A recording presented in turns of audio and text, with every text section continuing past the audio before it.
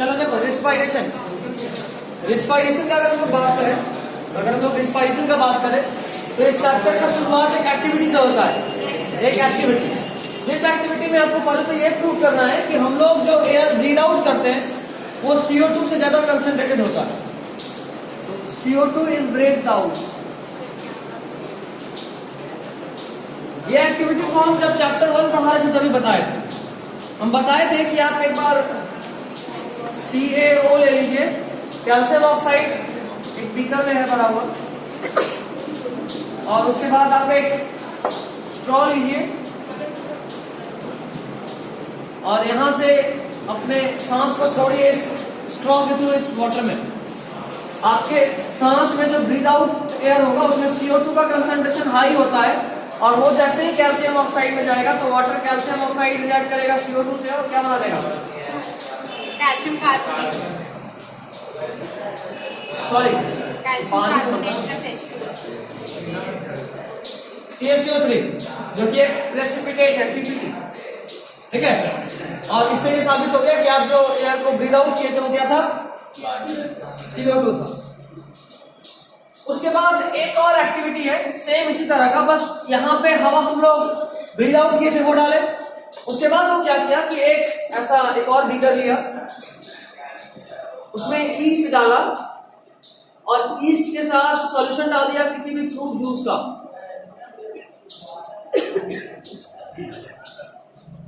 इसका fruit juice का खास बात क्या है कि फ्रूट जूस जैसे ही ईस्ट सॉल्यूशन में होगा तो ईस्ट उसको फर्मेंटेशन करेगा, है ना, फर्मेंटेशन। और फर्मेंटेशन के बाद कौन सा गैस रिलीज होता है? CO2। और इस CO2 को एक अरेंजमेंट के जरिए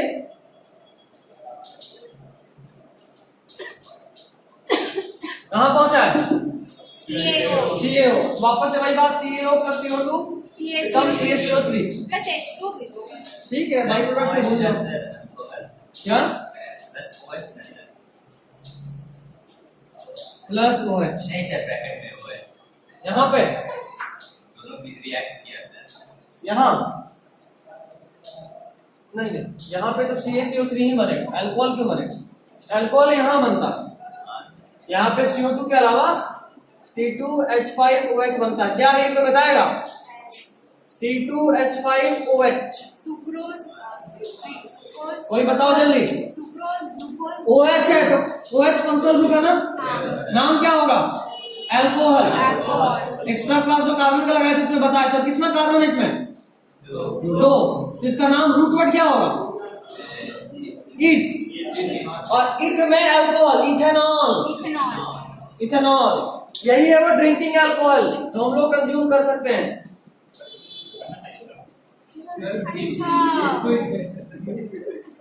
यही है वो ड्रिंकिंग अल्कोहल जो हम लोग कंज्यूम कर सकते हैं। घर में बन जाता है। हाँ बिल्कुल, घर में बनता है। जो ब्रेड हम लोग खाते हैं उसमें अल्कोहल भी बिल्कुल बनता है। फर्मेंटेशन होगा तो अल्कोहल भी बनेगा ही बनेगा। प्रैक्टिकल हो सकता है, लेकिन प्रैक्टिकल के बाद पढ़ पाओगे? बोलो सर पुराना आदत है, कंट्रोल हो जाएगा, ऐसा बोलोगे? बोला ना तब तो गया नहीं। बुरा चीज को देखना भी गलत है, और बुरा चीज ये है नहीं। कोई भी चीज जो आप अपने जरूरत के अलावा कर रहे हो बुरा है, सिर्फ यही नहीं, ये हमारे लिए बुरा है। बट जो भी कोल्डर कंट्रीज हैं वहां बुरा नहीं है, वहां जो भी अल्कोहल कंज्यूम नहीं करेगा जिंदा ही नहीं रह पाएगा। कोल्डर कंट्रीज में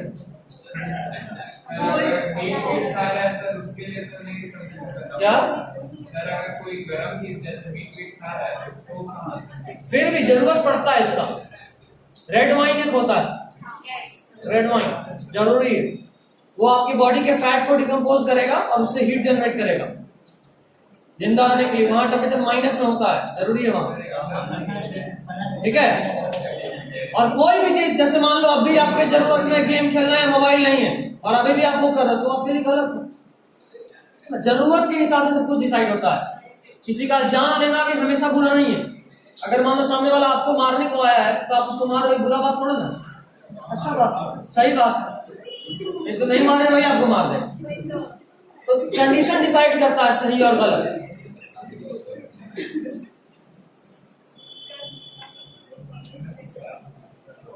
इस बात पे हमें एक ऑफ कैमरा कहानी सुनाने वाले हैं। ऐसा बात है, तुम सीखोगे उससे कल से, अगर वो ले ली तो बात करता हूँ बेवकूफ बैठ छीन लेना था, है ना? क्या? हाँ हाँ, हटा।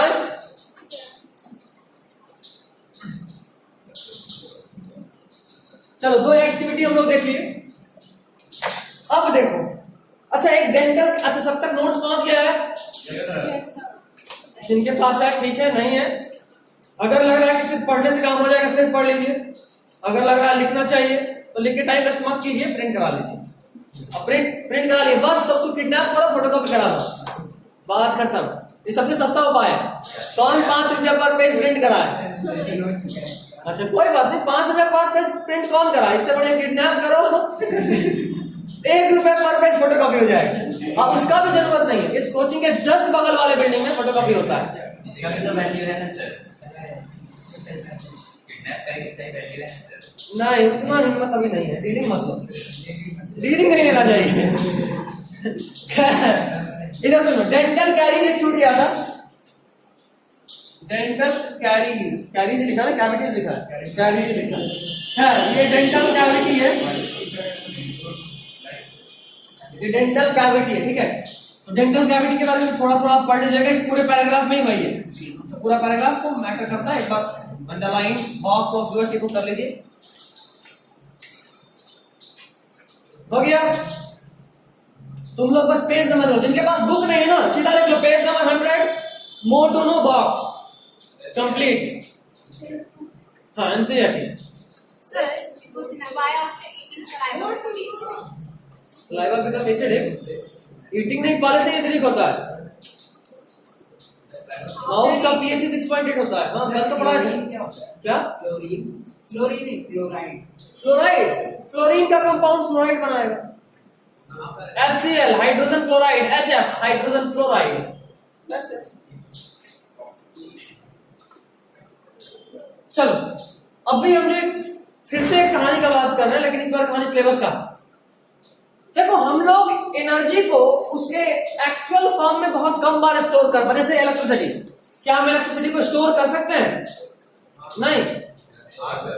Yes chemical energy. Chemical energy मतलब केमिकल फॉर्म में, जैसे कि बैटरी। क्या इलेक्ट्रिसिटी को सीधा इलेक्ट्रिसिटी के फॉर्म में स्टोर नहीं कर सकते? नहीं कर सकते। इलेक्ट्रिसिटी क्या होता है? Form of energy. डेफिनेशन बता।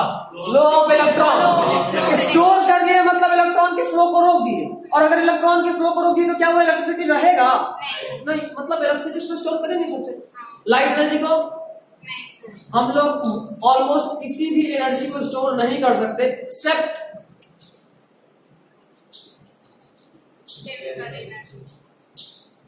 Chemical energy. ठीक है, जैसे मान लो आप इन्वर्टर के बैटरी का बात कर रहे हो, यहां से इलेक्ट्रिसिटी स्टोर निकाले, बैटरी में ले गए, वहां उसको केमिकल्स के फॉर्म में कन्वर्ट किए, वहां केमिकल के फॉर्म में स्टोर किए। जब लाइट कटा तो वो जो रिएक्शन हुआ था उसका रिवर्स रिएक्शन हुआ, केमिकल्स कंबाइन होकर वापस इलेक्ट्रिसिटी बन गया। ठीक है, बोलो सर। रेडियम में अगर लाइट लगातार डालेंगे, थोड़ा जोर से। सर रेडियम है, रेडियम। हाँ हाँ, उसमें लाइट अगर डालेंगे सर काफी देर तक, तो सर वो तो ग्लो करने जाएगा दिन में भी। रेडियम को लाइट डालने की जरूरत नहीं, उससे लाइट तो खुद ही निकलता है। रेडियम खुद ही रेडियो एक्टिव है, उससे तो खुद ही लाइट बाहर आएगा। ठीक है, और ऐसा खतरनाक दिमाग में एग्जाम्पल ही मत लाओ, रेडियम के पास जाओगे तो तुम कोई नहीं छोड़ेगा।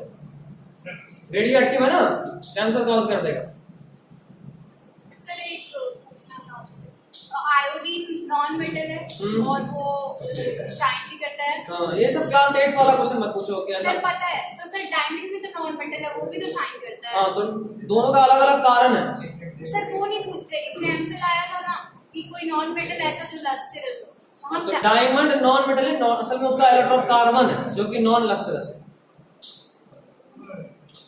अपने आप को सही साबित करने की लॉजिक खूब ढूंढती है, जैसे वो सही साबित हो जाए। तो एक बार फिर से बताइए सर। डायमंड का एक्चुअल नॉन मेटल कौन सा है? कार्बन, जो कि नॉन लस्टरस है, इसलिए नहीं लेंगे डायमंड। ठीक है, अच्छा डायमंड से क्या लाइट रिलीज होता है? नहीं, डायमंड से लाइट रिलीज नहीं होता, उसको इस तरह से कट करते हैं कि उसमें टोटल इंटरनल रिफ्लेक्शन हो जाए। TIR बताए थे, TIR क्या होता है। तो जो लाइट गया वही वापस आता है और लगता है कि लाइट इससे निकल रहा, नहीं उससे नहीं निकलता। डार्क रूम में रहने पर डायमंड नहीं चमकता, जैसा कि कार्टून दिखाता है, जो गलत है। खैर देखो, हम लोग अभी बात की कि हम लोग एनर्जी को स्टोर नहीं कर सकते केमिकल एनर्जी को छोड़कर। मतलब ये कि हम जो फूड इंटेक कर रहे हैं हम ये भी स्टोर कर सकते हैं क्या? नहीं। जैसे ही आप फूड को खाए, फूड को डिकम्पोज किए, एनर्जी जो निकला, अब जो एनर्जी डिकम्पोजिशन के बाद निकला हम उसको स्टोर नहीं कर सकते, इसीलिए हम इस एनर्जी को यूज कर देते हैं केमिकल एनर्जी में। आप क्या करते हो, एडीपी को फॉस्फेट के साथ जोड़ते हो। अब देखो बॉन्ड हम पहले भी बताए थे, अगर बॉन्ड बनाने में एनर्जी देना पड़ा तो बॉन्ड तोड़ने में एनर्जी मिलेगा। बनाने में एनर्जी दिए हो बॉन्ड, तो बॉन्ड तोड़ोगे तो एनर्जी मिलेगा। अगर बॉन्ड बनाने में एनर्जी निकला है तो बॉन्ड तोड़ने में एनर्जी देना पड़ेगा, उल्टा होता है। ठीक है, देखो ये है एडीपी, इसमें जब ये आई का मतलब तुम ज्ञानी में पूछी थी और भूल गई, हमको याद है, तुम भले भूल गए। एडीपी मतलब एडिनोसिन डाई, मतलब 2 फॉस्फेट। एडिनोसिन एक मॉलिक्यूल है, डीएनए का मॉलिक्यूल है, डीएनए में भी एडिनोसिन होता है, तो उसके साथ 2 फॉस्फेट जोड़ते हैं तो कहलाता है एडीपी। उसमें एक और फॉस्फेट जोड़े और इसको जोड़ना, इसका जो रिएक्शन है ना ये एंडोथर्मिक है, मतलब एनर्जी देना पड़ेगा कि मिलेगा? देना पड़ेगा। और इन दोनों के जुड़ने से बनता है एटीपी, एडिनोसिन ट्राइफॉस्फेट। पहले 2 फॉस्फेट था, एक और फॉस्फेट जुड़े तो कितना हो गया? 3। अब ये इसको हम लोग स्टोर्ड एनर्जी के फॉर्म में यूज करते हैं। कैसे यूज करते हैं? स्टोर्ड एनर्जी के फॉर्म में। अब देखो हम लोग को जो ये एनर्जी मिला था फूड को खाने के बाद, हम इसको स्टोर नहीं कर सकते, इसीलिए हम इस एनर्जी को किस फॉर्म में कन्वर्ट कर दिए? एटीपी। अब जब जहां जरूरत होगा वहां एटीपी ले जाएंगे, उसको तोड़ेंगे, एटीपी तोड़ेंगे तो क्या बनेगा? एटीपी और फॉस्फेट अलग हो जाएगा। और बॉन्ड बनाते वक्त एनर्जी आप दिए थे, तो जब बॉन्ड तोड़ोगे तो एनर्जी रिलीज होगा। सर एटीपी के फॉर्म में क्यों नहीं जोड़ते? क्योंकि सबसे एनर्जेटिक यही बॉन्ड होता है, सबसे ज्यादा एनर्जेटिक यही बॉन्ड होता है। यहाँ पे बहुत ज्यादा एनर्जी स्टोर कर सकते हैं इस बॉन्ड में, एटीपी बनाने में बहुत एनर्जी लगता है। ठीक है, वापस से बोल रहा हूं, हम चूंकि एनर्जी को स्टोर नहीं कर सकते, फूड जो भी फूड इनटेक किए उससे जो भी एनर्जी मिला हम उसको स्टोर नहीं कर सकते, इसीलिए हम उस एनर्जी को कन्वर्ट कर देते हैं एटीपी के फॉर्म में, ताकि जब जरूरत पड़े तब उसको यूज कर सके। और ये फॉर्म स्टोर्ड होता है, स्टोरेबल होता है। ठीक है, इस एटीपी को हम लोग यूटिलाइज करते हैं। जैसे मान लो आपको कोई काम करना, आप सोए हुए हो तो आपकी तब भी आपके बॉडी में ब्रीदिंग या और भी अंदर में मेटाबॉलिक एक्टिविटीज हो रहा है, तो वहां एटीपी ले जाएंगे, एटीपी ले गए, उसको तोड़े तो ADP plus inorganic phosphate plus energy मिला। और इस एनर्जी को हम लोग इंस्टेंटली जहां भी जरूरत होता है वहां इंस्टेंटली यूज कर लेते हैं। स्टोर तो कर नहीं सकते, जब जरूरत हो तब एनर्जी निकाले और सीधा यूज कर लेते। समझे बात? इसीलिए एटीपी का फॉर्मेशन हुआ। और चूंकि एटीपी को स्टोर करने के बाद जब जहां जरूरत हो उस वक्त यूज करते हैं, इसीलिए इसको बोलते हैं एनर्जी क्वाइन। होता है ना, energy currency of our body या energy currency of cell, ATP. सुने नहीं सुने? सुने। ये इसीलिए बोलते हैं सिक्का के फॉर्म। मान लो आप खूब काम किए, अब हम अपना काम का स्टोर जिससे हम पढ़ा रहे हैं, मान लो इस पढ़ाई से हमको जो पैसा मिला हम इसको कोई और यूज कर सकते हैं। बट ऐसा तो नहीं ना, मान लो दुकान पे गए, बोले भाई 1 लीटर दूध दे, दूध दिया, बोले एक काम कर पैसा नहीं बदले में पढ़ ले, ऐसा कर सकते हैं? नहीं कर सकते। तो हम क्या किए, तुमको यहाँ पढ़ाए और अपने पढ़ाई के वर्क को मनी मतलब करेंसी के फॉर्म में कन्वर्ट कर लिए। अब इस करेंसी को जहां मन वहां यूज किए। समझे बात? वैसे ही जहां मेरे बॉडी में फूड था, जैसे मान लो हम 2 सुबह में खाना खाए, लेकिन क्या खाना खाने के बाद काम नहीं करते? रात में मान लो तुम खा के सो गए, रात में अचानक से बुरा सपना आया, उठ के बैठे, उसके बाद भूत खोज रहा हो घर में आसपास। खैर, तो उसके बाद आप आधी रात में भूत ढूंढ रहे हो। जरा एक बात बताओ, भूत ढूंढने में एनर्जी लगता है? दिमाग आंख नाक सब एकदम रेडी होता है, कुछ महक हो गया तो समझ रहे हो बात? तो कहने का मतलब ये कि उस वक्त तो आपके पास एनर्जी है नहीं, आप तो खाना तो खा रहे हो, ये तो नहीं कि भूख ढूंढ रहा है तो खाना हाथ मिली रोटी चबा रहे हैं, एनर्जी मिलता है, ऐसा तो नहीं करते।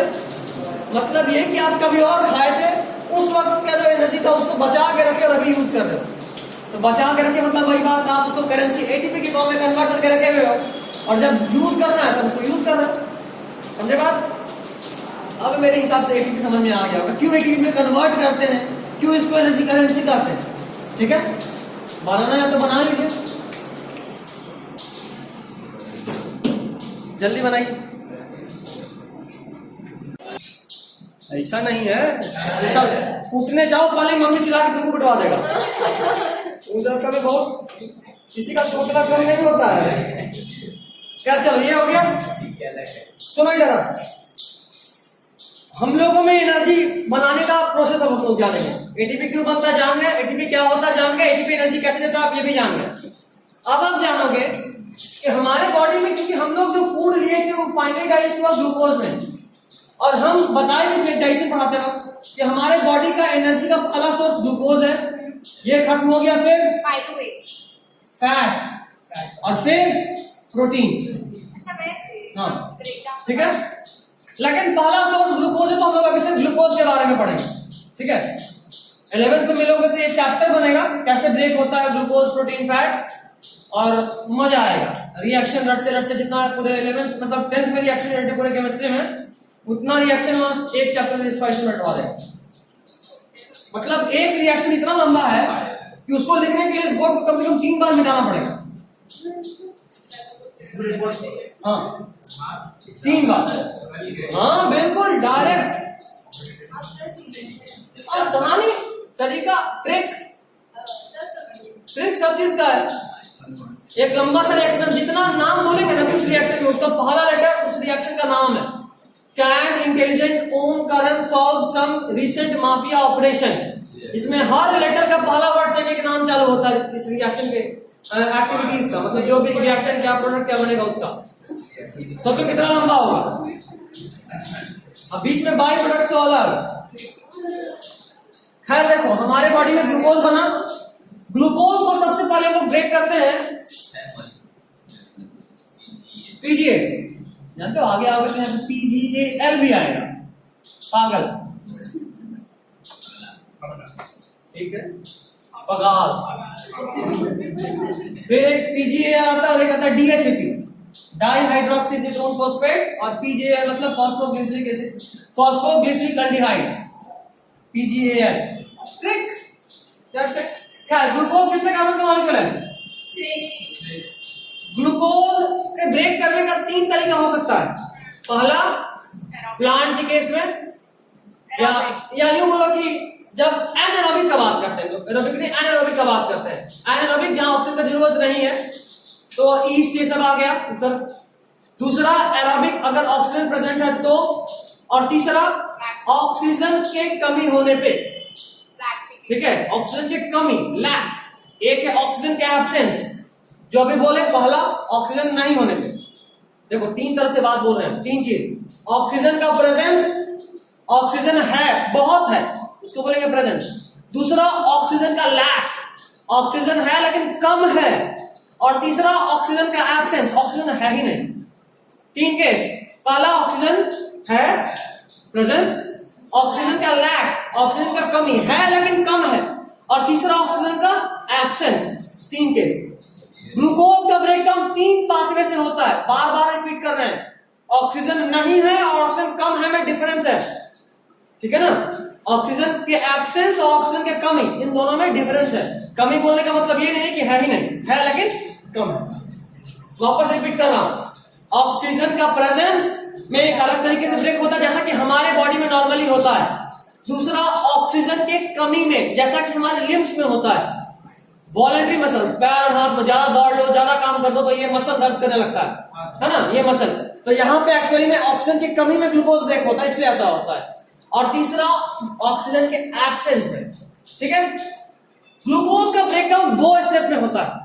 पहले स्टेप में ग्लूकोज ब्रेक करता है साइटोप्लाज्म में, PGA में, मतलब फॉस्फेट ग्लिसरी एल्डिहाइड। फॉस्फोग्लिसरिक एसिड, ठीक है, पीजीए। और ये कितने कार्बन का मॉलिक्यूल है? अब एक बात बताओ, एक ग्लूकोज को अगर तोड़ोगे तो कितना पीजीए मिलेगा? 3 कार्बन। क्वेश्चन सुनिए, क्वेश्चन रिपीट कर, आंसर से पहले क्वेश्चन बता। ग्लूकोज कितने 6 कार्बन का जो ग्लूकोज होता है वो कितने कार्बन में टूटता है? नहीं क्वेश्चन था तो क्या क्वेश्चन था? हाँ। क्या बोले एक ग्लूकोज को ब्रेक डाउन करेगा तो कितना पीजीए मिलेगा? क्या बोले?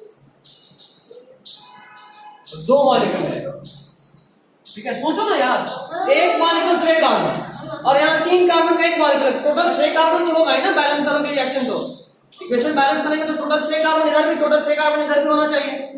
तो यहाँ तो 6 कार्बन है बट यहाँ 3 ही कार्बन, तो जाके बस 2 मॉलिक्यूल बनेगा ताकि 6 कार्बन हो जाए, समझे? बस रिएक्शन बैलेंस की है। एक मॉलिक्यूल में सर 6 कार्बन, 2 मॉलिक्यूल, एक मॉलिक्यूल ऑफ ग्लूकोज में 6 कार्बन और यहाँ एक मॉलिक्यूल ऑफ पीजीए में 3 कार्बन, ठीक है। तो एक मॉलिक्यूल कार्बन को तोड़ोगे तो कितना मॉलिक्यूल ऑफ पीजीए मिलेगा? 2 मॉलिक्यूल, 3 कार्बन का 2 मॉलिक्यूल ताकि 6 हो जाए टोटल, समझे? 3 कार्बन का 2 मॉलिक्यूल ताकि 6 हो जाए टोटल, ठीक। चलिए, ये पहला स्टेप था। देखो ये सब में कॉमन है, ये स्टेप सब में common in all the pathway. चाहे आप ऑक्सीजन को उसके प्रेजेंस में ब्रेक, चाहे आप ग्लूकोज को ऑक्सीजन के प्रेजेंस में ब्रेक करो या एब्सेंस में ब्रेक करो या लैग में ब्रेक करो, तीनों ही केस में पहला स्टेप कॉमन होता है। उसके बाद यहां से 3 पाथवे, 3 पाथवे। पहला pathway absence of O2, O2 absent. Sir जहाँ पे आप 2PG लिखे हैं सर, हम लोग अभी तक तो वहाँ पे पायरुवेट पढ़ते हुए हैं। पायरुवेट और पीजी 2 अलग चीजें हैं। नहीं सेम ही, पायरुवेट लिखा है, यस सर। कोई बात नहीं, सेम ही। पायरुवेट इसी को बोलते हैं, फॉस्फोग्लिसरिक को पायरुवेट बोलते हैं। बहुत सारा नाम 11th में आप उनको तो बायोलॉजी लेना ना,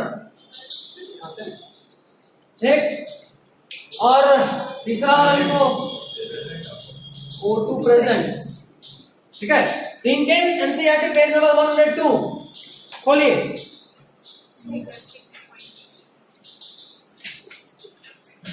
ऐसे हमने तुम्हारा एनसीईआरटी की पीजीए लिखा है,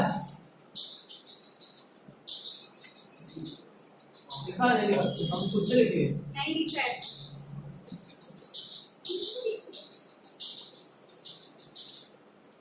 नहीं पीजीए नहीं लिखा, पायरुवेट लिखा, कोई बात नहीं।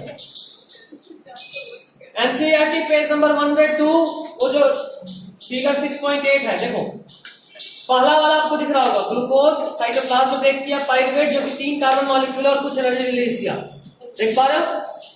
पायरुवेट से पीजी होता है। एक बुक उधर पीछे स्लाइड में बात पहले लिखे हैं, एक बुक पीछे देखो, तुम्हें इसका बुक रंग दो, इसका कुछ कल्याण हो जाए। बुक भी नहीं रंग रही है, अरे बुक गंदा क्या करो, कौन सा इसमें जनरेशन को बढ़ाना है ना? जो पढ़ेगा और हेडलाइन मेरे बस कोई नहीं पढ़ा, मेरे से पहले जो पढ़ा था वो भी कुछ नहीं किया। तुम भी हमारा नहीं सर, वो अच्छा था पढ़ना। कौन था भाई? तब क्यों नहीं गंदा किया? वो बुक को साफ सुथरा रखना चाहते कि नहीं, गंदा ये नहीं हमें कॉन्सेप्ट ही नहीं समझ में आते, तो साफ सुथरा रखते खैर कोई नहीं, चलो सुनो। 3 कार्बन मॉलिक्यूल पायरुवेट था, उसका 3 केस। पहला केस एब्सेंस ऑफ ऑक्सीजन, देख रहे हो? ये ईस्ट में होता है, और एब्सेंस ऑफ ऑक्सीजन में जो ग्लूकोज का ब्रेकडाउन होता है उसको बोलते हैं फर्मेंटेशन। वहीं के बगल में लिख लो, एब्सेंस ऑफ ऑक्सीजन में जो ग्लूकोज का ब्रेकडाउन होता है ईस्ट में, उसको बोलते हैं फर्मेंटेशन। मुझे तुमको बताने क्या करो, उसी बुक में लिख दो, ये उसका क्लिक करके इमेज ग्रुप में डाल देंगे। पेंसिल ले लो, पेंसिल होगा इसके पास।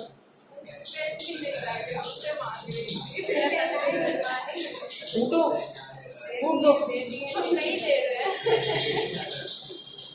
क्या ठीक है? अगर ग्लूकोज का ब्रेकडाउन ऑक्सीजन के एब्सेंस में होगा तो उसको बोलेंगे फर्मेंटेशन। दूसरा, अच्छा उसमें बनता है क्या? इथेनॉल। अभी बताए थे क्या होता है? इथेनॉल, कार्बन डाइऑक्साइड और CO energy. Drinking alcohol. Ethanol is the drinking alcohol. Sir alcohol बन जाता है सर पेट में। पेट में तुम्हारे पेट में ईस्ट होता है। अबे ईस्ट अलग चीज है, जो केक। ईस्ट अलग चीज है। ब्रेड या केक कई बार थोड़ा मीठा स्वीटी टेस्ट का होता है, वहां पे एक्चुअली में यही अल्कोहल बनता है, और अल्कोहल बनने से वो चीज हार्ड हो जाता है, कड़ा, जैसे पेप्सी चलता है ना वैसा। इसलिए वहां पे एक और रिएक्शन कराते हैं अल्कोहल का कार्बोक्सिलिक एसिड के साथ, और उसको ईस्टर बना देते हैं। तो नशा कैसे आता है सर पेट? बताए तो कि अल्कोहल था, हम लोग वहां पे एसिड बनाते हैं, मिलाते हैं, ठीक है, और एसिड और अल्कोहल मिलकर बन जाता है ईस्टर, जो कि स्वीट महकता है, फ्रूटी स्मेल होता है ना, और टेस्ट में मीठा होता है। एक्चुअली मुझे तुमको रिएक्शन बताया, अल्कोहल और कार्बोक्सिलिक एसिड मिलकर बनाता है ईस्टर। ये तुमको पढ़ना था कार्बन वाले चैप्टर में, ठीक है, लेकिन वो रिएक्शन गायब कर दिया, पार्टी गायब कर दिया, तो अभी हम समझा नहीं सकते, नहीं तो हम अच्छे से रिलेट कर देते हैं कैसे क्या होता है। तो खैर ये अच्छा, नॉर्मल जो लो कंसंट्रेशन वाला अल्कोहल बनता है ना मार्केट में जो मिलता भी है, वो भी ऐसे ही बनता है, ईस्ट के फर्मेंटेशन, जिसको बोलते हैं ब्रेवरीज, ब्रेवरी इंडस्ट्री, ठीक है।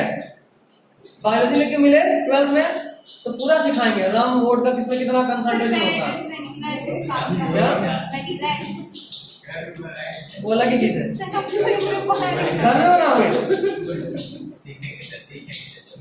सीखते सीखते में टेस्ट किया, अच्छा बना है कि नहीं, इतना बढ़िया टेस्ट था कि हमने उसी में गिर गए। अल्कोहल के साथ इंसान का भी जूस बन गया, अल्कोहल सर्व विद बॉइल्ड साजन।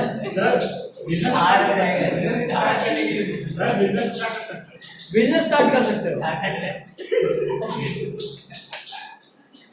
यार ऑनलाइन चल रहा है यार, पूरा खबर रखता है, इतना खबर नहीं रखना चाहिए।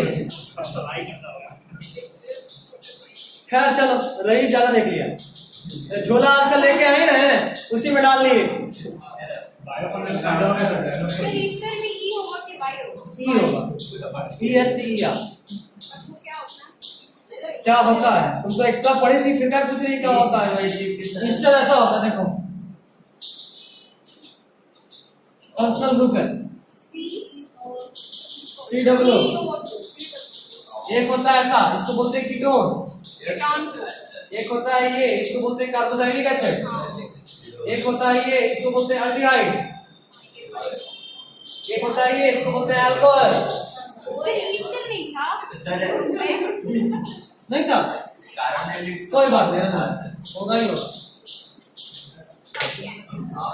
तो अभी भी टाइम पास करना, एग्जाम के बाद पढ़ना, क्या काम है अभी,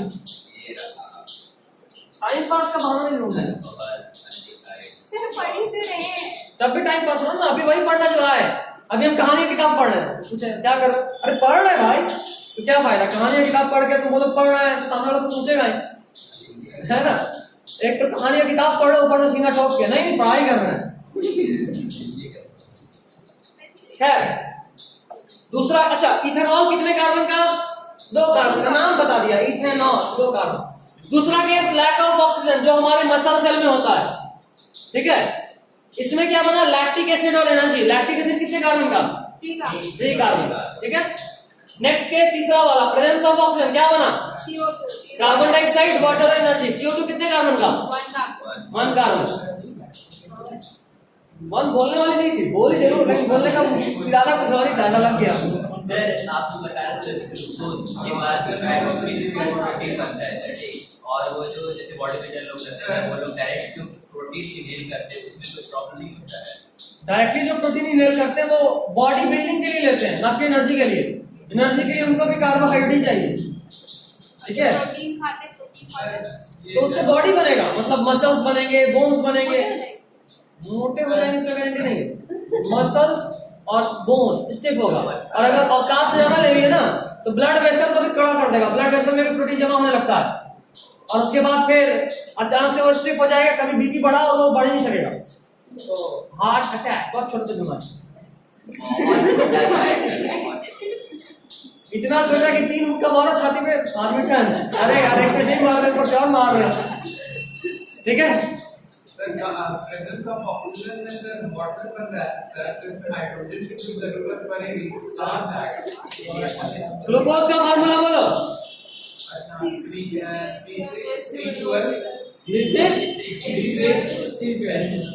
अरे सब बोल, खड़ा हो, जो याद होगा वो भी बोला देते हैं, खड़ा हो। मैंने मान लिया याद है, ठीक। C6 H12O6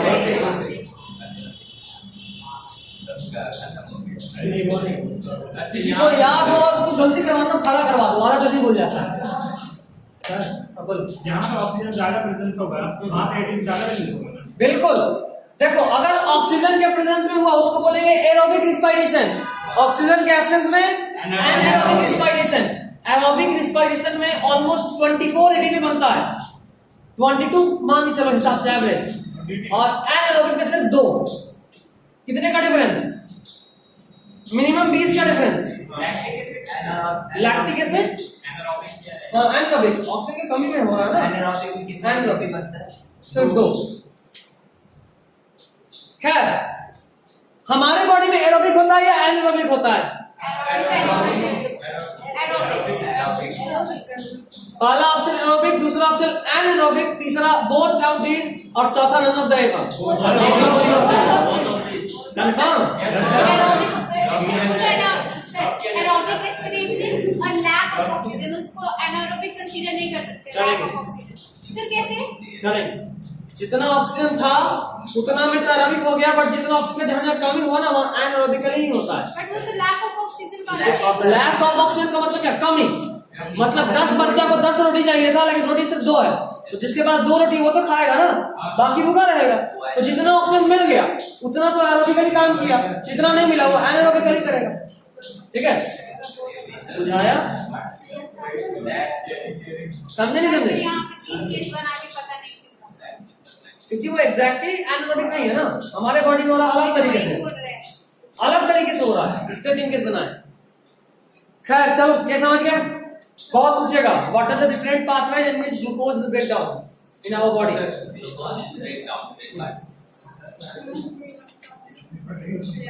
page number 105 question number 2 NCERT 105 question number 2 मिला? Yes sir. उस क्वेश्चन में एक और पॉइंट है जो अभी तक नहीं बताना है।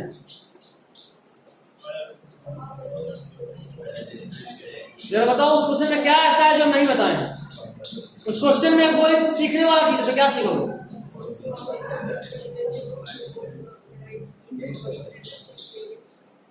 कोई नहीं समझ पा रहा? सर फैंस वाला ऑक्सीडाइज, वेरी गुड। रिस्पायरेशन में ग्लूकोज ऑक्सीडाइज होता है, क्वेश्चन वही पूछ रहा ना। हमारे बॉडी में कितने पाथवे जिनके थ्रू ग्लूकोज ऑक्सीडाइज होता है, मतलब ग्लूकोज ऑक्सीडाइज होता है हमारे बॉडी में रिस्पायरेशन में, ये पॉइंट है। याद करो, फोटोसिंथेसिस में बताए थे रिडक्शन होता है, और बताए भी थे वहां का ठीक उल्टा है रिस्पायरेशन, तो यहाँ क्या होगा?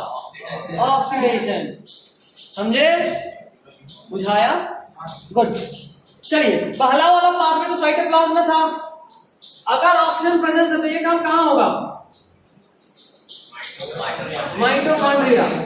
ये वाला किसमें होगा? ईस्ट में। और ये कहां होगा? मसल में। मसल भी कैसा? वॉलेंट्री। ठीक है, ऐसे लिखा हुआ सब वहां।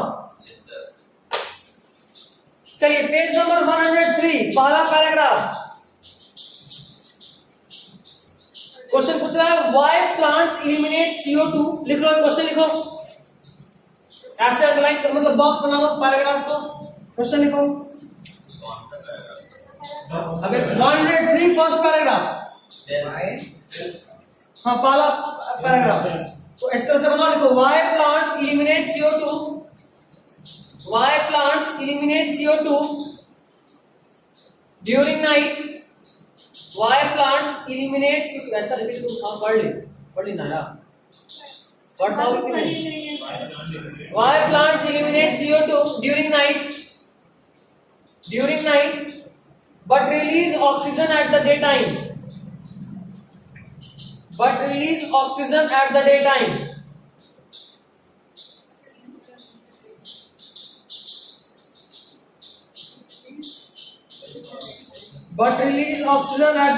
हो गया?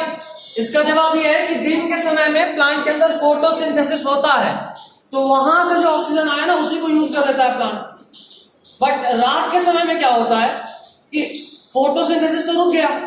अभी अगर फोटोसिंथेसिस रुक गया तो क्या प्लांट के अंदर में ऑक्सीजन बन रहा है? नहीं, लेकिन एनर्जी का नीड तो उसका भी है, रिस्पायरेशन तो वहां भी होना है, मतलब ऑक्सीजन तो उसको चाहिए, तो ऑक्सीजन वो एटमॉस्फेयर से लेता है। यही इस पूरे पैराग्राफ में लिखा हुआ है, ठीक है। नेक्स्ट एक्टिविटी 6.6, पहला पॉइंट, पहला line, fish in the aquarium open and close their mouth and the gill slits, ठीक है। उसके बाद वाला पॉइंट ज्यादा इंपॉर्टेंट है, the operculum covers the gill slit, मिला? Operculum covers the gill slit, मतलब फिश में जो गिल्स होता है ना उसको कवर करने के लिए एक स्ट्रक्चर है, उसका नाम है ओपेरकुलम। और फिश का रेस्पिरेटरी ऑर्गन क्या है? गिल। ये दो चीज यहां बताया है, ठीक है। नेक्स्ट, उस एक्टिविटी के नीचे वाला paragraph, first line, amount of dissolved oxygen is fairly low compared to the amount of oxygen in the air, so rate of breathing in aquatic organisms is much faster than that seen in the terrestrial organisms, मिला? Yes sir. Question ये पूछता है कि आखिर aquatic organisms का breathing rate इतना high क्यों होता है, उतना तेजी तेजी में सांस क्यों लेते हैं? तो जवाब ये खुद सोचो ना, मान लो सबको एक बाल्टी पानी ऊपर लाना है, सबको ग्राउंड फ्लोर से बेसमेंट होते हुए एक बाल्टी पानी यहां पहुंचाना है, ठीक है। सबको लाना है एक बाल्टी, कितने देर में? 1 मिनट में। 1 मिनट में एक बाल्टी नीचे से ऊपर लेकर आना। अभी कोई ऐसा होगा लेग के बार में एक बाल्टी टांगा, ऊंचा ऊपर आ गया, तो उसका काम ऊपर से जाने का फ्रीक्वेंसी सबसे कम होगा। कोई होगा जो चम्मच चम्मच पानी लेके आ रहा होगा, है ना, गाय एक चम्मच उठाए, खेलते हुए आए, ऊपर लाके डाले। अब एक बात बता, जो चम्मच से बाल्टी ऊपर लेके आ रहा है वो तो 1 मिनट में बहुत बार ऊपर नीचे करेगा, मतलब ब्रीदिंग रेट उसका वर्क करने का रेट हाइयर होगा। ठीक वैसे ही हमारे पास खूब सारा ऑक्सीजन है एटमॉस्फेयर में, हम एक बार खींचे सांस और 1 मिनट तक आराम कर सकते हैं। बट फिश के केस में बात करें तो पानी में डिजॉल्व ऑक्सीजन बहुत कम होता है, तो ऑक्सीजन का उसका डिमांड को पूरा करने के लिए वो तुरंत पानी खींची, ऑक्सीजन ली, पानी निकाली, फिर खींची, फिर निकाली, फिर खींची, फिर निकाली, मतलब उसका रेट बहुत हाई होता है, समझे बात? तो जिनके पास भी ब्रीदिंग में अगर आसपास, जैसे मान लो कई बार बोलते हैं ना कि आप अगर किसी हाई एल्टीट्यूड पे गए या ऑक्सीजन का अमाउंट कम हो गया तो सांस फूलने लगता है, हम एक टर्म यूज करते हैं सांस फूलना, मतलब क्या? ब्रीदिंग रेट बहुत हाई हो जाना। और ब्रीदिंग रेट हाई हुआ मतलब आप फटाफट सांस खींचोगे क्योंकि आपको बॉडी में ऑक्सीजन कम मिल रहा है। बिल्कुल, हायर एल्टीट्यूड में भी होता है, अगर प्लेन में गए हो तो बहुत ऊंचाई पे जाने के बाद मास्क लगाना पड़ता है, ऑक्सीजन मास्क, यही कारण है। सर पिक्चर H2O में सर ऑक्सीजन और हाइड्रोजन को अलग कर देती है सर? नहीं, H2O को ब्रेक नहीं करती है, H2O के अंदर कुछ पानी में ऑक्सीजन घुला हुआ होता है अलग से, उस अलग से घुले हुए ऑक्सीजन को एब्जॉर्ब करती है। H2O में सर, H2O में CO2 और O2 भी घुला होता है, जैसे पानी में नमक और चीनी घोलते हो ना, वैसे ऑक्सीजन घुला होता है अलग से। फिश ऐसा नहीं करती कि H2O ली उसको तोड़ दी, H प्लस और O2 माइनस, ऐसा नहीं करती, पूरा समुद्र खाली हो गया, सारा मछली है पानी तोड़ दी, सिर्फ हाइड्रोजन ऑक्सीजन बचा है, ऐसा नहीं होता। H2O के अंदर कुछ ऑक्सीजन घुला हुआ होता है डिजॉल्व फॉर्म में। फिर क्या करती है कि इस पानी को अपना मुंह खोली और अंदर निकली, अपने गिल्स के पास ले गई, और गिल्स के पास जाने के बाद ऑक्सीजन डिफ्यूजन क्या होता है? डिफ्यूजन क्या होता है? हायर कंसंट्रेशन से लोअर कंसंट्रेशन की तरफ ट्रांसफर। तो पानी में ऑक्सीजन ज्यादा है उसके बॉडी के मुकाबले, तो पानी में से ऑक्सीजन उसके बॉडी में चला जाता है, और उसके बॉडी में CO2 जाता है पानी के मुकाबले, तो उसके बॉडी का CO2 पानी में जाता है और उसके बाद वो पानी निकाल देती है, समझे बात? CO2 कैसे प्रोड्यूस होता है फिश में? अरे उसके बॉडी में क्या रिस्पायरेशन नहीं हो रहा, उसको एनर्जी नहीं चाहिए, वहां से हो रहा, ठीक है। तो पानी को ब्रेक नहीं करती, डिजॉल्व्ड ऑक्सीजन को यूज करती है, ठीक है। इसीलिए पानी में जब बहुत कचरा हो जाता है ना, पानी गंदा होता है, जहां पेड़ पौधा पानी में ज्यादा उग जाता है वहां मछलियां नहीं मिलती। जानते हो मेन कारण क्या है?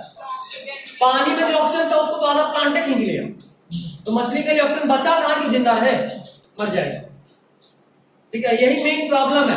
जितना ऑर्गेनिक वेस्ट हम लोग नदी में मिला रहे हैं, जितना ऑर्गेनिक वेस्ट नदी में मिला रहे हैं, वो सब पानी में जाने के बाद वहां पे डिकम्पोजर बैक्टीरिया वहां एक्ट करेगा, डिकम्पोजिशन के लिए बहुत ऑक्सीजन का जरूरत होता है। तो बैक्टीरिया क्या किया कि उस वेस्ट मटेरियल को डिकम्पोज करने के लिए पानी में जो ऑक्सीजन मौजूद था उसी को यूज किया। तो पानी में जो डिजॉल्व्ड ऑक्सीजन था वो कम हो गया, तो मछली को ऑक्सीजन मिलेगा नहीं, बिना सांस के मरेगी। नदी में अपने आप मछली कहाँ से आ जाती है? क्या नदी में अपने आप मछली कहाँ अपने आप नहीं आती है, कहीं ना कहीं से घूम के आती है। सर जैसे कि कभी कभी बारिश में कहीं पे ग्राउंड में पानी भर जाता है तो फिर बाद में लोग बोलते हैं उसमें मछली क्या है। अच्छा, उसका अलग अलग केस है। मछली का बहुत सारा टाइप होता है। जो मछली हमारे घर के आसपास जमा हुआ पानी में कीचड़ में होती है ना, उस मछली के पास एक एबिलिटी होता है कि वो अपने आप चारों तरफ एक सिस्ट बना ले और बिना पानी के भी जिंदा रह सकती है, और वो मिट्टी पे भी थोड़ा देर तक चल सकती है, मिट्टी में कंक्रीट पे भी टहल सकती है एक्चुअली। ऐसा है वो मछली। तो कहीं और से निकली, फिसलते फिसलते फिसलते किसी और पानी में चले गई, लगता है मछली आ गई, आती नहीं, वो कहीं और से टहल के आई होती। ठीक है, कई बार देखते हो कि तुम्हारे घर के आसपास का जो पानी है गर्मी में अभी सूख गया होगा, है ना, लड़का लोग के लिए खूब मजा, बड़ा बड़ा ग्राउंड मिल जाता है खेलने के लिए, और जैसे ही बारिश होता है तो वहां फिर से पानी भर जाता है। उसके बाद कुछ दिन के बाद वहां कोई ना कोई मछली मारते हुए भी दिख जाएगा, तो सोचते नहीं कि आखिर इसमें मछली कैसे आ गई। बारिश से आ गई। हाँ, तो बारिश से नहीं आती है वो, एक्चुअली में जब पानी सूखा तो मछली उसी मिट्टी में ही थोड़ा अंदर, जहाँ थोड़ा मॉइस्चर है ना, गीला मिट्टी, जमीन के नीचे तो कहीं तो गीला मिट्टी होगा, वहां पे अपने आप को एक सिस्ट के फॉर्म में बंद करके रख लिया जिंदा, जैसे ही पानी आता निकल जाता है। इतना नीचे अगर खुदाई करेंगे तो वहां से मछली कई बार निकलती है, बिल्कुल निकलती है। अगर घर के आसपास कभी मिट्टी कोड़ा रहा हो घर बनने के लिए और वहां पहले पानी जमा होता हो तो नोटिस करोगे कई बार वहां से मछली दिख जाती है। एक कारण इतना गौर से, जेसीबी का खुदाई इतना फेमस हुआ था, कोई घर के आसपास जेसीबी का खुदाई नहीं लगा। हाँ बिल्कुल, अगर ऐसा मिल गया तो काम बंद, मछली खोया जाता है, रात में पार्टी होगा। सर, हाँ मैं तो कछुआ रहता है वो कैसे कर लेता है? क्या? कछुआ बाहर निकले रहता है, पानी में रहता है। भाई वो एक्वेटिक नहीं है, इसलिए वो हो गया तुम्हारा। कछुआ एक्वेटिक नहीं, एम्फीबियंस है। पानी की ऑक्सीजन ले लेता बाहर निकले। हाँ, कछुआ 11th में बायोलॉजी लेना है, ले ले। 11th में लोगे Yes, sir. तो वहां बताएंगे इतना तरह से रिस्पिरेशन का स्ट्रक्चर है ना, याद रखो। Gills, lungs, moist skin, book lungs, book Gill, बहुत तरह का स्ट्रक्चर होता है। ट्रैकिया इंसेक्ट्स में, स्पाइरेकल्स, बहुत मजा आ जाएगा इतना। खैर उस वक्त हम हो गया, इतना का है यार, एक और तरीके से रिस्पायर का कर रहा, फालतू में और क्वेश्चन बनेगा, यो रखना पड़ेगा। दो क्वेश्चन अलग अलग था रिस्पायरेशन के सर पढ़ा। कोई बात, अभी और पढ़ना है। अच्छा, एक और एयर सैक्स होता है, air sac, sac SAC sac, कहाँ पे, बर्ड्स में, हवा में उड़ रही है, हवा में उड़ते उड़ते मान लो ऑक्सीजन का कमी हो गया तो गिर के मर ना जाए, इसलिए रिजर्व ऑक्सीजन रखती है अपने लंग्स के अंदर। बहुत तेज होती है सर। सर हमारे बॉडी में जो रेसिडुअल वॉल्यूम का ये रहता है, क्या रेसिडुअल वॉल्यूम वो दूसरा चीज। खैर चलिए आगे आगे आगे। नेक्स्ट इज, हाँ यहाँ तक सब कुछ हो गया। अब सुनो, डिफ्यूजन के लिए जरूरी है कि कोई भी चीज डायरेक्ट कांटेक्ट में आए। मतलब मान लो अगर यहाँ कोई भूत होता और उसको इस पार से उस पार जाना है, ठीक है, तो पहले वो इसमें सटेगा फिर पार होगा ना, समझ रहे बात। तो डिफ्यूजन मतलब जस्ट क्रॉस करने के लिए किसी मेम्ब्रेन को उस मेम्ब्रेन के कांटेक्ट में आना जरूरी है, बिना कांटेक्ट में आप क्रॉस नहीं कर सकते उस मेम्ब्रेन को। तो उसी तरह ऑक्सीजन या CO2 कोई भी चीज डिफ्यूज हो उसके लिए जरूरी है कि वो कांटेक्ट में आए। मतलब आपका हवा अगर आपके लंग्स तक नहीं पहुंचेगा तो डिफ्यूज होकर आपके ब्लड में कैसे जाएगा, समझे बात। तो कांटेक्ट में आना बहुत जरूरी है। खैर चलो, हम लोग सांस लेते नहीं लेते, लेते हैं कहां से, नाक से। नाक के अंदर कुछ ओपनिंग्स होता है, उसका नाम नॉस्ट्रिल्स। Very good. अब हमको बस ये बताओ कि कोई भी एयर आप इनहेल करते तो सीधा नाक में पहुंचता है नहीं, पहले उसको थोड़ा सा हम लोग प्रोसेसिंग करते हैं। हाँ, साफ सफाई। कैसे साफ सफाई होता है, सबसे पहले झाड़ू देते हैं। झाड़ू के लिए, झाड़ू का काम करता है नोज के अंदर हेयर्स जो डस्ट पार्टिकल को फिल्टर कर देता है। उसके बाद पोछा मारते हैं, पोछा कौन मारता है, म्यूकस। वो क्या करेगा कि जो भी धूल गया उसको अपने अंदर चिपका लेगा, धूल को चिपका लेगा। और उसके बाद आपका नाक का ये वाला जो स्ट्रक्चर होता है उसका पता नाम क्या है, उसको बोलते हैं कौनचा, कौनचा, ठीक है, स्कॉन्चा। और इस स्कॉन्चा का काम है एयर को नॉर्मल बॉडी टेम्परेचर पे लाना। ठंडा के दिन में हवा यहाँ गर्म होता है, इसका नोटिस करो कि ठंडा के दिन में सबसे ज्यादा ठंडा पार्ट नाक कई वाला पार्ट होता है, कभी छू के देखे। और गर्मी में सबसे गर्म यही होता है, क्योंकि जो एयर आया उसको यहाँ पे सारा हीट एब्जॉर्ब करेगा, उसको ठंडा करेगा। तो ठंडा करेगा तो ये गर्म होगा ना, इसलिए अक्सर नाक से खून यहीं से आता है। ठंडा के दिन में भी ये प्रॉब्लम होता है, अगर बहुत कोल्ड हो गया तो भी नाक से ब्लड आएगा, यही कारण होता है। तीन का क्या ब्लड क्यों आता है? ब्लड वेसल्स बर्स्ट हो जाता है इसलिए, ठीक है। कुछ लोग का अलग आदत होता है, नाक में उंगली डाल डाल के वहां पे इतना साफ सफाई मसला हो जाता है कि नाक का ब्लड वेसल आके कुछ स्क्रैच मार के ब्लड ले आते हैं, उनका अलग ही काम है। या एक और अलग केस है, सामने वाले से लड़ लिए तो फ्री में ब्लड आता है सीधा, एक बढ़िया सा हाई फाइव नाक के साथ, मजा आ गया। कभी किसी को दिया या नहीं जहां कुछ किसी का नाक पे था? नहीं, नाक पे हल्का सा भी चोट मस्त दर्द देता है। मेरा माथा करता है तो क्या ऐसे सिर्फ पिट रहे थे, ऐसे पूरा नाक करना क्या? ऊपर से गिर गया सर, नाक तो टूट गया होगा, क्या कोई बात नहीं। अच्छा, यहाँ पे तो बिहारी लोग अलग अलग धंधा है। कोई छोटा बच्चा नाक चपटा, उसका नाक खींचते हैं, नाक लंबा हो जाए। हम सोचते हैं अलग है यार, नाक लंबा हो तब तो हो गया। बच्चा भी सोचता होगा अच्छा तो अब मेरा किस्मत है खराब है कि हम छोटा पैदा हुए। आप मेरे यहाँ छोटा आता, नाक लंबा तो हम थोड़ा सा ठोकते। क्या ठीक है? खैर, तो तीन काम हुआ नाक में। पहला क्या हुआ? एयर में फिल्टर हुआ। दूसरा म्यूकस से डस्ट पार्टिकल को स्टिक कराए, पहले हेयर से फिल्टर किए, दूसरा डस्ट पार्टिकल से म्यूकस को स्टिक कराए, और तीसरा बॉडी टेम्परेचर पर लाया।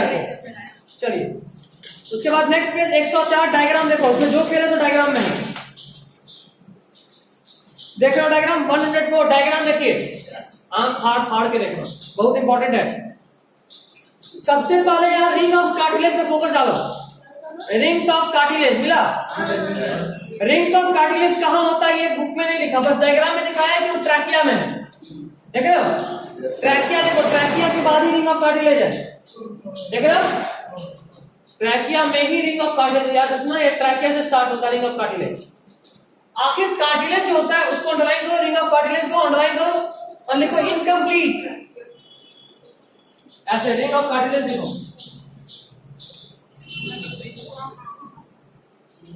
और ऐसे लिखो इनकम्प्लीट। ये रिंग्स ऑफ कार्टिलेज इनकम्प्लीट होता है, कंप्लीट नहीं होता। कंप्लीट मतलब ये गोल नहीं होता। हमारा रिंग पाइप कैसा स्ट्रक्चर है? हाँ बिल्कुल ऐसा है हमारा रिंग पाइप। अगर कार्टिलेज एकदम से गोल होता है ऐसा,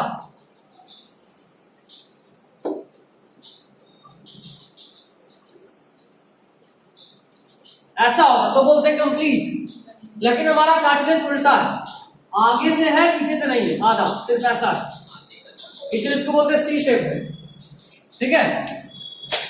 अच्छा, इसका काम क्या है भाई? ये लीक कर रहा है। कोई बात, क्या काम है इसका? ट्रैकिया को कोलैप्स करने से बचाना। ऐसा क्यों? एयर को कोलैप्स करने से। एयर को ट्रैकिया को कोलैप्स करने से बचाता है, लेकिन ट्रैकिया कोलैप्स करता है क्यों? वही तो ट्रैकिया है। चिपक गया ना सर, आदमी चिपक जाएगा सर। अच्छा, लगता है मेरा बताया हुआ जिसको कुछ याद है, बस हमको इतना बताओ चिपकता क्यों है? हमको उम्मीद है ये नहीं याद होगा। कॉन्ट्रैक्शन है जब हम लोग बाहर सांस रोक ली तब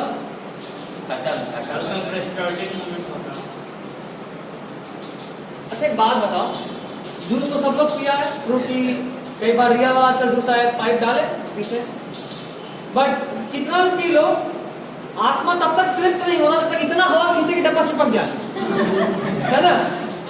और उसके बाद में मन नहीं पड़ता तो खींच खींच के पाइप को भी चिपका देते, स्ट्रॉ को भी चिपका देते हैं। आखिर स्ट्रॉ या डब्बा चिपकता क्यों है? क्योंकि उसका सारा एयर हटा दिया, मतलब जब आप सांस छोड़िएगा तो अंदर में तो हवा बचा नहीं, तब तो कोलैप्स चिपक जाना चाहिए, समझ गए? और एक बार जब चिपक गया तो फिर ओपन होने में इतना टाइम लगेगा कि तब तक में आपका डेथ हो जाएगा। तो इसीलिए उसको कार्टिलेज बना देंगे, पूरे तरीके से चिपक ही नहीं पाए, जाम हो गया।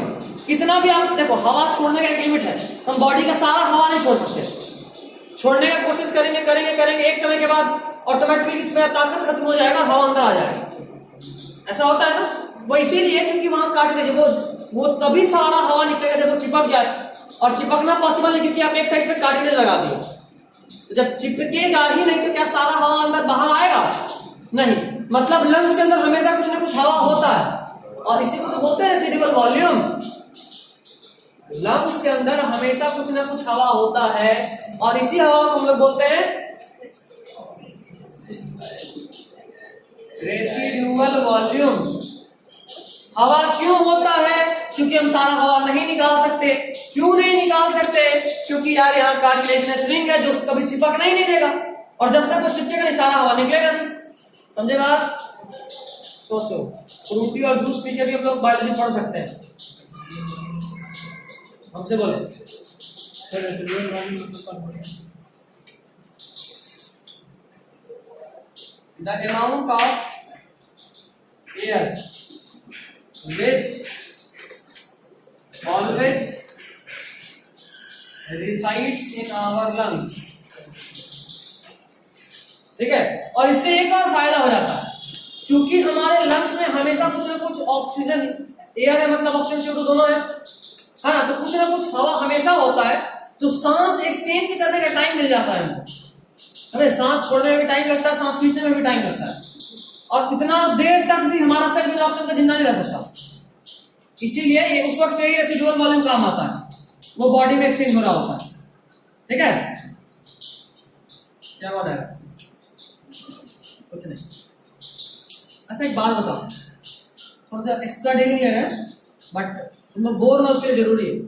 एक आदमी को गला दबाकर मारा गया है, एक आदमी को गला दबाकर मारा गया है, तो उसके पोस्टमार्टम रिपोर्ट में क्या मिलेगा कि हम पता कर लें कि उसको गला दबाकर मारा गया। मतलब अगर हम उसके लंग्स को चेक करें तो लंग्स में क्या उस वक्त हवा मिलेगा या नहीं मिलेगा, या कैसे पता करें कि गला दबा के मारा गया? हाँ, ये टूटा हुआ तो किसी भी और तरह हो सकता है, कोई गला दबा के मारने के बजाय वो गिर गया और कोई चीज पे जिसे टूट गया। यही कैसे साबित हुआ कि गला दबा के ही मारा? कुछ कहानी याद है इसको। लंग्स को सीधा पानी में डालेंगे, और लंग्स को पानी में डालने के बाद ना, चूंकि लंग्स में एयर फंसा रह जाएगा, कार्टिलेज मान लो यहाँ पे गला दबाने के बाद मरता कोई क्यों है? क्योंकि यहाँ कभी कभी टूट जाता है, टूट गया तो क्या हवा बाहर आ पाएगा? मतलब लंग्स में हवा फंसा रह गया, और लंग्स में हवा फंसा रह गया और कार्टिलेज टूट चुका है, कार्टिलेजिनस रिंग, तो चिपक जाएगा ऊपर से, तो वो तो बंद हो गया, हवा हमेशा अंदर ही। उसके बाद जैसे ही आप लंग्स को डालोगे पानी में तो ऊपर में तैरेगा क्योंकि अंदर में हवा भरा है, और उससे साबित हो जाएगा कि अच्छा इसमें हवा है, मतलब इसका गला चोक किया गया था। चोक मतलब दबाया गया, आधा डॉक्टर बन गया। अगली बार गला दबा के पहले बोलना, पहले सांस निकाल फिर गला निकाल। सर ऐसा कर सकते हैं कि आप गला भी दबा दी पोस्टमार्टम में। अरे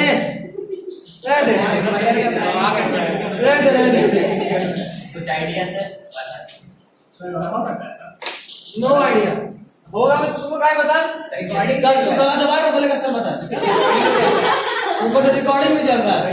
वैसे मेरे पास प्रूफ है, जबरदस्ती पूछने का कोशिश किया जा रहा है। अच्छा सर, तकिया से मुंह दबा लिए सर। फाइनली वहां भी एयर कॉन्ट्री लग गया ना, और तकिया से मुंह दबाओगे तो अलग चीज होगा। तकिया से मुंह दबाओगे उसका हाथ पैर चलता रहेगा, तो उसके हाथ पैर तुम्हारे बॉडी पे आएगा, उसके बॉडी पे इंजरी मार्क्स आएगा, उसका नाखून में तुम्हारा सेल्स, क्योंकि अगर एक बार पकड़ा तो तुम्हारा सेल्स फंस जाएगा, समझे? और बाद में नाखून को डीएनए रिपोर्ट टेस्ट करेंगे वहां के सेल का, उसको डीएनए को तुम्हारे से मैच करने को तो कंफर्म हो जाएगा तुम ही थे। सर आप कहीं नहीं जाते, काहे सर आप सर के पहले पोस्टमार्टम के बारे में बता रहे हैं। सर हमको याद आ गया सर। ये सेम चीज होता है। जैसे नॉर्मल जो प्रोसेस वही करेगा, थोड़ा ना बोलेगा अरे खड़ा बहुत मारा था पहले बता फिर मरना। सर जैसे ऑक्सीजन मास्क आता है सर, हाँ ऑक्सीजन मान लीजिए, ऑक्सीजन मास्क के जगह उसमें CO2 यानी गैस बढ़ के जाएगा, और वैसे ही उसको मुंह में डाल दिया जाएगा यानी यहाँ पे, और वैसे इसको मार दिया जाएगा। मर्डर करने का तरीका सर देख रहे हैं। समझ में सर हो रहा है, नो कमेंट्स, हो गया। मर्डर क्लासेस भी सही में क्रैश कोर्स की बजाय क्रैश करने का सारा कोर्स ले रहा है। सामने वाले को क्रैश कैसे करना है उसका कोर्स ले रहे हैं। नाम लिख देगा बजट के बाद में बताएंगे, वीडियो रिकॉर्डिंग होता है। नहीं वीडियो रिकॉर्डिंग के बाद नहीं, 12 MBBS में उस वक्त जानेंगे। खैर चलो एक तरीका से सुनो सुनो सुनो, यहाँ तक हो गया। रेसिडुअल वॉल्यूम का भी बात करिए, सब एनसीईआरटी में आपको बुक पूरा रीड करना है, जो भी टर्म्स बोल रहे सब एनसीईआरटी में रीड करना, ढूंढना है। पेज नंबर 104 फर्स्ट पैराग्राफ, मतलब लास्ट पैराग्राफ, नीचे से 4th लाइन तक, लास्ट पैराग्राफ ऊपर से स्टार्ट करो, नीचे से 4th लाइन तक, और क्वेश्चन लिखो। ह्यूमन बीइंग्स का एफिनिटी ऑफ ऑक्सीजन लिख रहा है 3rd लास्ट लाइन में। स्टार्ट करेंगे when the body size of animal is large से, और उसको एंड करेंगे एफिनिटी फॉर ऑक्सीजन तक। मिला? 3rd लास्ट लाइन में है affinity for oxygen. 104 3rd last line affinity for oxygen. मिला? Yes sir. पूरा मार्क कीजिएगा और क्वेश्चन लिखिए बगल में। Why diffusion is not effective? Why diffusion is not effective as a method of transport? Why diffusion is not effective as a method of transport? Why diffusion is not effective as a method of transport of oxygen? As a method of transport of oxygen in body of larger organisms. In body of larger organisms. In body of larger organisms. Why diffusion is not effective as a method of transport of oxygen, as a method of transport of oxygen in body of larger organisms. In body of larger organisms. हम लोग सब जान रहे हैं कि छोटे organisms जो भी होते हैं उनमें डिफ्यूजन होता है ना, डिफ्यूजन होता है वहां ऑक्सीजन की एक्सचेंज के लिए। तो लार्जर ऑर्गेनिजम्स में ऐसा क्यों नहीं हो सकता? हमारे में भी डिफ्यूजन हो जाए, इतना मेहनत क्यों करें हम? लंग्स से सांस लें, छोड़ें, बहुत एनर्जी वेस्ट होता है इसमें। स्लो प्रोसेस होता है सर। Very slow. और बोलो सर बहुत सर काफी कम ऑक्सीजन मिलता है सर, और सर लेकिन स्लो प्रोसेस होता है सर, अगर इंसान टपक जाएगा। ठीक है, चलो कुछ तो सीख के टपकना एक बार सीखा ही हमसे। बोलता है इसका बायो कर। हाँ बायो। देखो देखो देखो, ये है सच्चा दोस्त, याद दिला रहा है कि तेरा बायोलॉजी कमजोर था, तुम बायोलॉजी नहीं बता सकते। अब अच्छा हो गया। 2 दिन में किसका तारीफ किया जाए, उसका कि मेरा? मेरा सर मेरा। खैर चलो, हाँ तो हम बता देते हैं 3 पॉइंट बोलेंगे। पहला, बहुत स्लो प्रोसेस है। अगर आप लंग से बात करें पैर के अंगुली तक, तो तक ऑक्सीजन ट्रांसपोर्ट करना डिफ्यूजन से ना, तो 3 साल लग जाएगा। कितना मजा आएगा, बॉडी भी नहीं बचेगा 3 साल तक तो। खैर तो बहुत स्लो प्रोसेस है। दूसरा, यहाँ ऑक्सीजन का बहुत कम अमाउंट होता है। और तीसरा, थोड़ी देर पहले बताए थे कि डिफ्यूजन के लिए डायरेक्ट कांटेक्ट में आना जरूरी है। तो एटमॉस्फेयर का ऑक्सीजन मेरे स्किन के तो कांटेक्ट में है, बट मेरा किडनी तो मेरा सांस के मर जाएगा, है ना? समझे बात? तो ये 3 पॉइंट, डायरेक्ट कांटेक्ट में होना जरूरी है, बहुत स्लो प्रोसेस है, और यहां से बहुत कम ऑक्सीजन मिलता है। इसीलिए डिफ्यूजन लार्जर ऑर्गेनिजम्स में एक इफेक्टिव प्रोसेस नहीं हो सकता। तो सर किडनी सर मतलब कि स्किन के पास ही रहता है, अंदर होता है, पेट के अंदर भी कुछ होता है, शरीर पूरा अंदर में खोखला नहीं, ऐसा नहीं, अंदर में हवा है, ऐसा नहीं है। हवा जाएगा सर तो निकल जाएगा ना सर। हाँ, तो क्या पूरे बॉडी में छेद करते रहोगे हवा अंदर में? मन जो करा निकाले 5 इंजेक्शन एक साथ 5, और अब इंसान वाला नहीं, भैंस वाला। बहुत बड़ा होता है, देखियो वेटरनरी डॉक्टर्स में, ये इतना बड़ा होगा, इतना बड़ा, कैमरा में भी दिख रहा है जैसे दिखा रहे हैं, इतना बड़ा, और उसका निडल भी कम से कम इतना लंबा होता है। और कैसे इंजेक्शन देते पता है? ये नहीं, प्यार से नहीं, ऐसे पकड़े, ऐसे देना है, कहानी खत्म। चाकू मार रहा है क्या सर? हाँ बिल्कुल, ऐसे ही इंजेक्शन दिया जाता है वेटरनरी डॉक्टर। मारने लगता है सर, तो नॉर्मल इंजेक्शन भी ऐसे ही दिया जाता है ना? नहीं, जब बहुत टाइम कम हो ना, लगता है कि जब तक सोचेंगे कहाँ इसने दिया तब तक वो मर जाए, तब ऐसे देते हैं। हाँ सर, ऑपरेशन के बीच में। हाँ, और ऑपरेशन के बीच में ऐसे में कभी इंसान नहीं देते, जब पानी चढ़ रहा होता है उस पानी में डाल देते हैं। डॉक्टर बनने में टाइम है यार, हमको लगे सब नहीं डॉक्टर बन जाएगा। कितना लोग है बायोलॉजी वाला जो आगे बायोलॉजी लेगा? 1 2 3 4 5 6 7, ठीक है, अच्छा मेरा बैच बन गया। खैर चलो, मजाक अपनी जगह, बट पेज नंबर 105 चारों का चारों क्वेश्चन बहुत इंपॉर्टेंट है, एक बार देख लो। बायोलॉजी में खासकर किसी भी इंटेंस क्वेश्चन को, चैप्टर एंड क्वेश्चन को मत छोड़ना, डायरेक्टली यहाँ क्वेश्चन होता है हमेशा।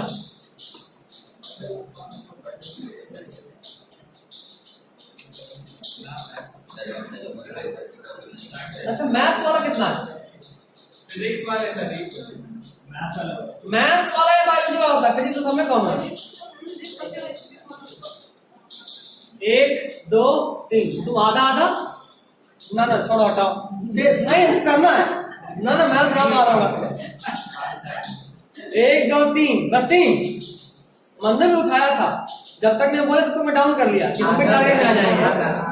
आधा कुछ लोग ऐसे उठाए, देखा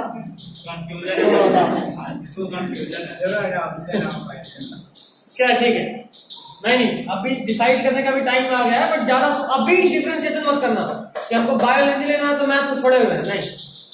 10th बोर्ड देने के बाद एकदम खूंटा काट के बैठ जाना, मैथ मतलब मैथ, बायो मतलब बायो, बट फिजिक्स केमिस्ट्री दोनों अच्छा होना चाहिए, कॉमन पेपर, ठीक है। सर अगर कोई सब्जेक्ट ही नहीं अच्छा हो तो पढ़ाई छोड़ दो, ये कौन सी बात है? कोई सब्जेक्ट अच्छा है तो फिर क्या करना है? कुछ तो अच्छा होना ही चाहिए। चलिए, अब हम बता रहे हैं आपको आपके हार्ट के बारे में, ठीक है, हार्ट, ह्यूमन हार्ट। खैर उसके पहले एक और चीज, हमारे बॉडी में ऑक्सीजन ट्रांसफर किस सेल के थ्रू होता है? आरबीसी। और पता आरबीसी में रिस्पायरेशन कैसा होता है, एरोबिक या एनारोबिक? एनारोबिक। उस पर बॉडी को भरोसा नहीं है।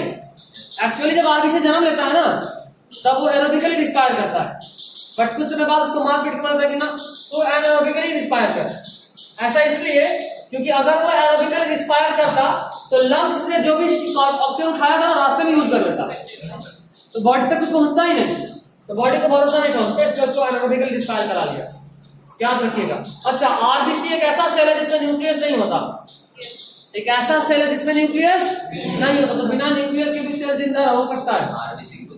आरबीसी खुद नहीं, खुद न्यूक्लियस नहीं है वो, उसमें न्यूक्लियस नहीं होता, बचपन में होता है, बड़ा होने में उसका न्यूक्लियस से छीन लिया जाता है।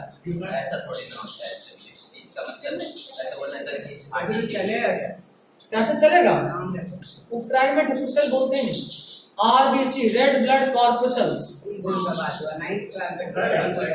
नहीं 9th में हम सिखाए थे, जो भी हमसे 9th पढ़ा है। RBC is not a cell, it is a corpuscle, ठीक है, उसमें न्यूक्लियस नहीं होता। खैर एक और बात, वैसे ही आप लोग जाइलम फ्लोएम पढ़े होगे ना, कॉम्पेनियन सेल सीव ट्यूब याद आ रहा? सीव ट्यूब भी जिंदा होता है, पता है? फ्लोएम में से फ्लोएम फाइबर होता है, सीव ट्यूब भी जिंदा लेकिन सेल नहीं होता, वो सेल का न्यूक्लियस नहीं होता। सीव ट्यूब को कॉम्पेनियन सेल का न्यूक्लियस कंट्रोल करता है। क्लास चलेगा कुछ बात, ये सब खिड़की है, झांक लो, देखो दुनिया के साथ। Next is heart. थोड़ा सा ह्यूमन हार्ट के बारे में बात कर रहे हैं। अभी एग्जैक्टली 11 बजने में 10 मिनट कम है, हम एग्जैक्टली 20 से 25 मिनट पढ़ाएंगे और पूरा हार्ट खत्म कर देंगे। पूरा हार्ट, डबल सर्कुलेशन, ठीक है, 2 चीज खत्म हो जाएगा, डबल सर्कुलेशन भी खत्म हो जाएगा। मन हो तो ड्रॉ कर सकते हो, नहीं माने तो भी ड्रॉ करना, ठीक है। फिर डायग्राम से बोर्ड भी बनाने वाले, खुशी खुशी करना है या रो के करना, समझ जाएगा।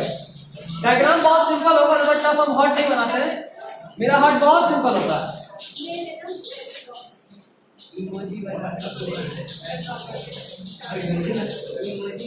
तो तुमको कौन सा हार्ट का ऑपरेशन करना है? ये बॉडी बिल्डर का क्या तुम लोग तो बनाई होगी, एक बार शोर से तुम्हें पढ़ाए ये डायग्राम। सर वो आप ही का डायग्राम बताया है।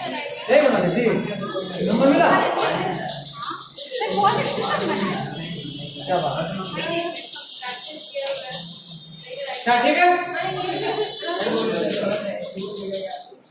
किसको किसको वेपर फॉर्म में या लिक्विड फॉर्म में? लिक्विड फॉर्म लिक्विड फॉर्म में ले।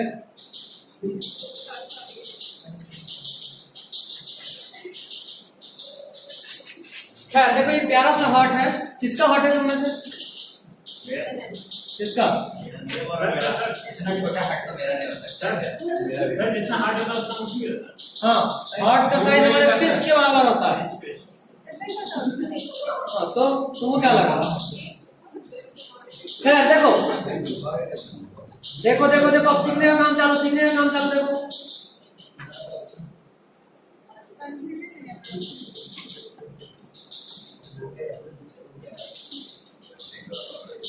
और हाँ, जिन लोगों को भी आगे बायोलॉजी लेना है 11th में, अगर हमसे मिले तो मिलते वक्त एक कॉपी और 4 कलर का पेन तो जरूर होना चाहिए साथ में। एक कॉपी और 4 कलर का पेन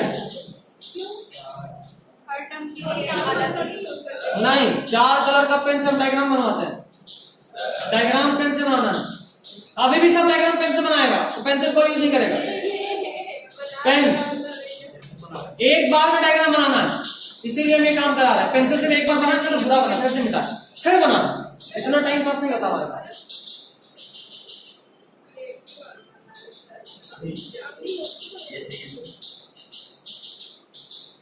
पेन यूज कीजिए, हम सबका डायग्राम दे देंगे।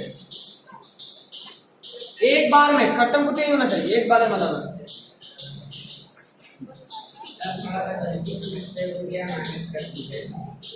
देखते हैं, मैनेजेबल होगा तो मैनेज करेंगे।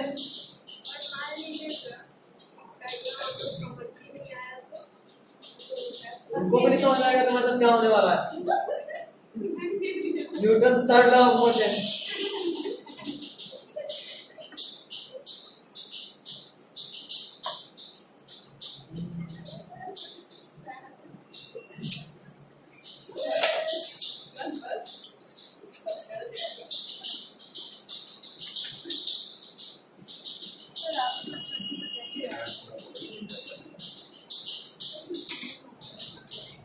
स्टार्टिंग में लगा था कि डायग्राम बड़ा गंदा बनेगा, बहुत सुंदर लगा नहीं? 4 रंगों का तुम लोग कम बोले थे ब्लैक एंड व्हाइट आने को, तू भी यूज कर 4 है।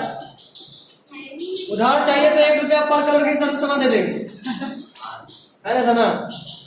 1 रुपया पर कलर 1 सेकंड के लिए। सना बोले कि सब सही बिजनेस खोले।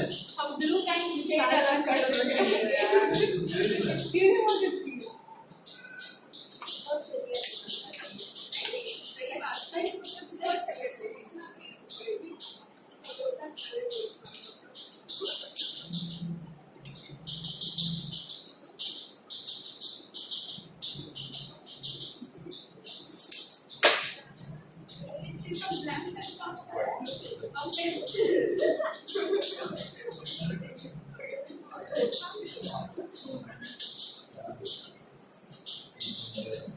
मेरा बना, तू लोग का नहीं बना होगा तब बताते हैं। ऐसा थोड़ी ना होता है। अभी देख क्या क्या होता है। माई के माई रूल, अच्छा रूल बताते हैं लोग, ना मत बना फिर बताते हैं।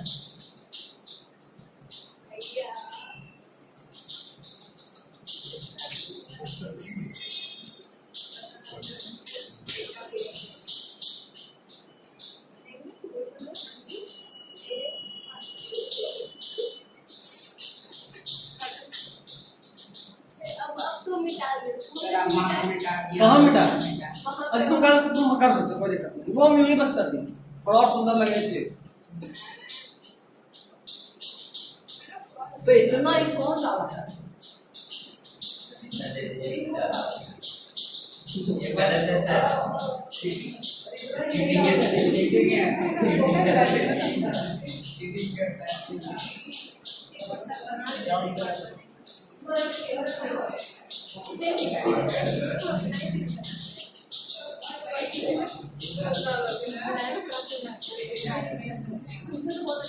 चीटिंग कर दिया ना सर। कहाँ पे? देखिए कहाँ? ये यस सर। कंप्लीट कर लो, कोई चलेगा।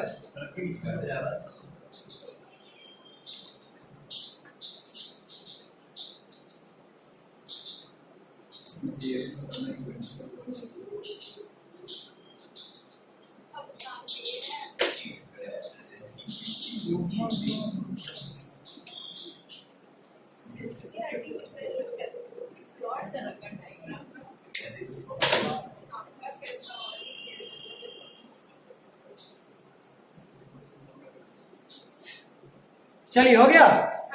नहीं लेक्चर तो ठीक है, बट इसको लेके कोई भी कंफ्यूज हो सकता है। क्यों कंफ्यूज हो सकता है? ये तो इतना क्लोजली और इतना ऊपर से किया ना, ज्यादा एक्चुअल है, तो समझेगा ही नहीं कि बच्चा बना है।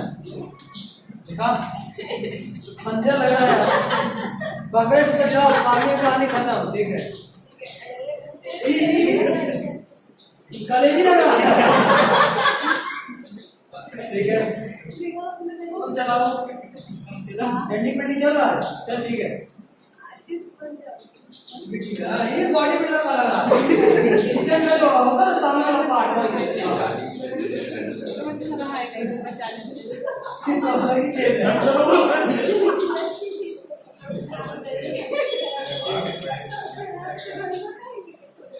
सीखो सीखो।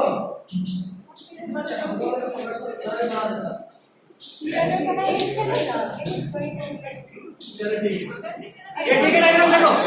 अभी सुनो सुनो सुनो, हो गया ठीक है, सुनो इधर कहानी के फॉर्म में। ये डायग्राम बनाएंगे एग्जाम में चलेगा? बिल्कुल चलेगा, दौड़ेगा, बिल्कुल दौड़ेगा। हम भी अपने स्कूल में यही बनाए थे। बिल्कुल, क्या गलती है? तुमको सारा चेम्बर से सब बताना है। चलो जरा हम देखें, नाम तुम्हारे में दिया नहीं दिया? अरे दिया है यार। कोई बात नहीं, चलिए बताइए, ये कौन सा चेम्बर? ये कौन सा चेम्बर? राइट वेंट्रिकल, ये लेफ्ट आर्टरी, ये लेफ्ट वेंट्रिकल। ईमानदारी से बोले तो आपका हाथ का राइट साइड ये है ना, लेकिन आप उधर लेफ्ट लिख रहे हो, यस और आपके हाथ का लेफ्ट साइड इधर है और आप लिख रहे हो इधर राइट। राइट। समझ रहे हो आप? इस चीज को ध्यान रखना, ध्यान रखना, ये अक्सर गलती हो जाता है। ठीक, दूसरा बात, सारा लोग बोर्ड पे लिखेगा, कुछ नहीं लिखेगा, सिर्फ बोर्ड पे देखो कहानी के फॉर्म में। ये है superior vena cava, superior vena cava, और ये है इंफीरियर वेना कावा। आपके बॉडी में आपका हार्ट कहाँ लोकेटेड है?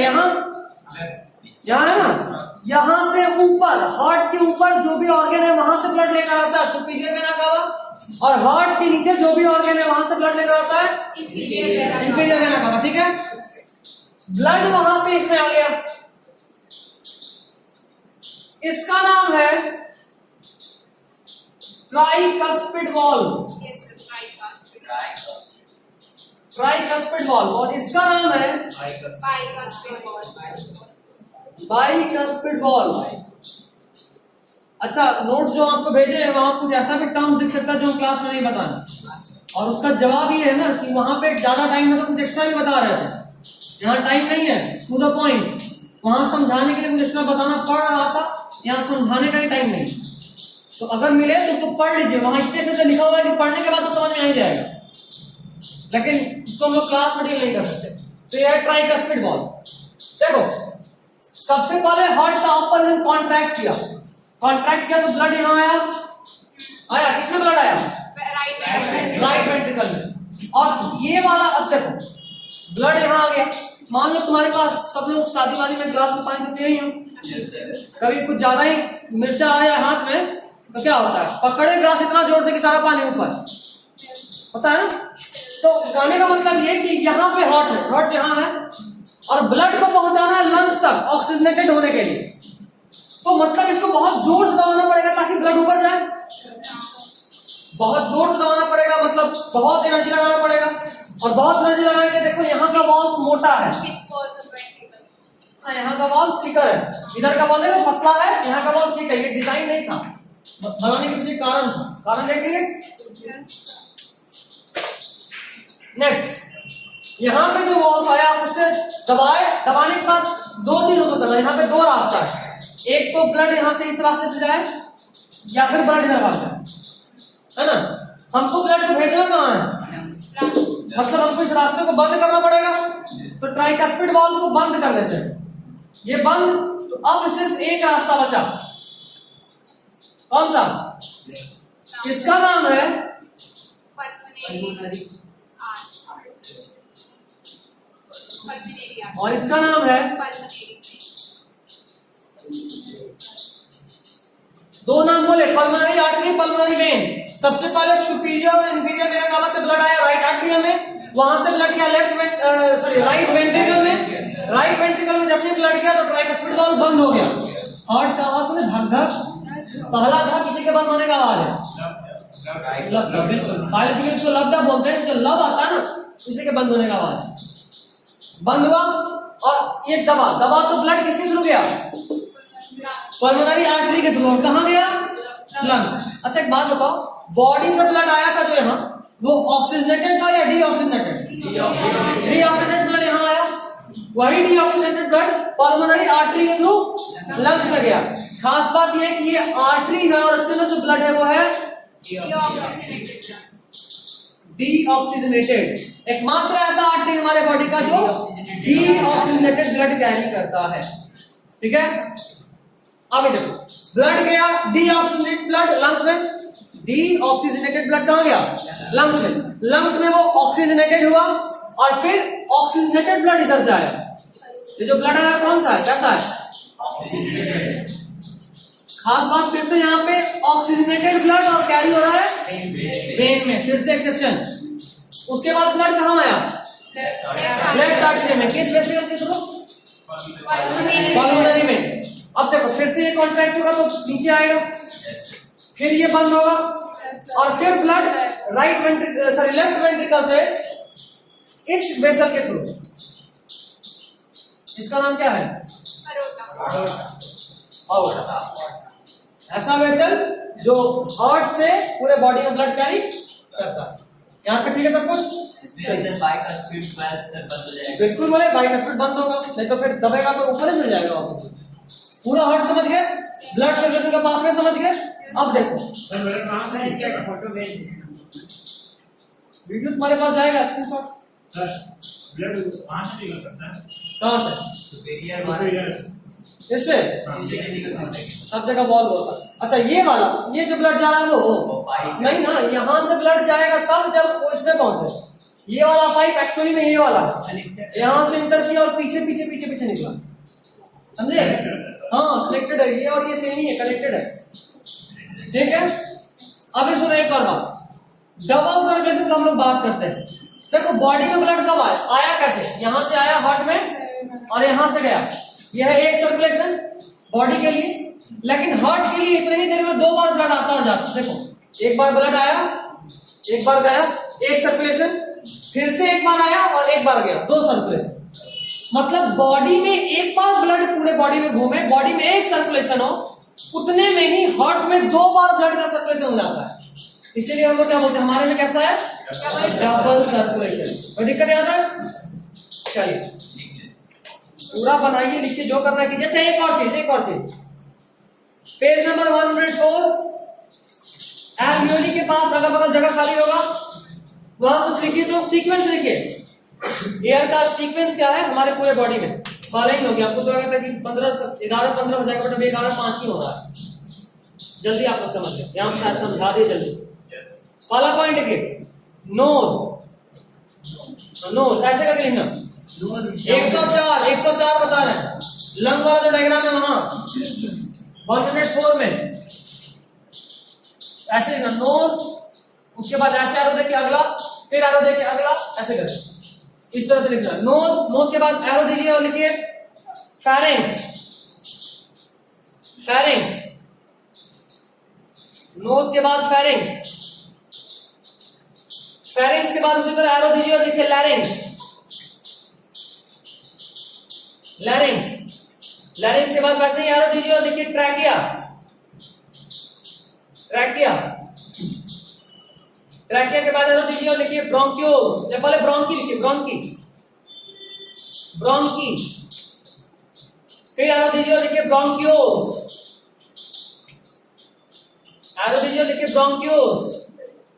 और ब्रोंकियोल्स के बाद फाइनल एरो देखा, देखिए एल्वियोलर सैक या एल्वियोली, एल्वियोलर सैक या एल्वियोली, एल्वियोलर सैक या एल्वियोली। सर एल्वियोली एक बार बता ये आरो को यहाँ बनाने का क्या होगा, मतलब राइट यहीं से निकाल। देखो फाइनली जो हमारा ये ठीक है, इसको मिटाना पड़ेगा यार थोड़ा सा। रुकना रुकना रुकना रुका है।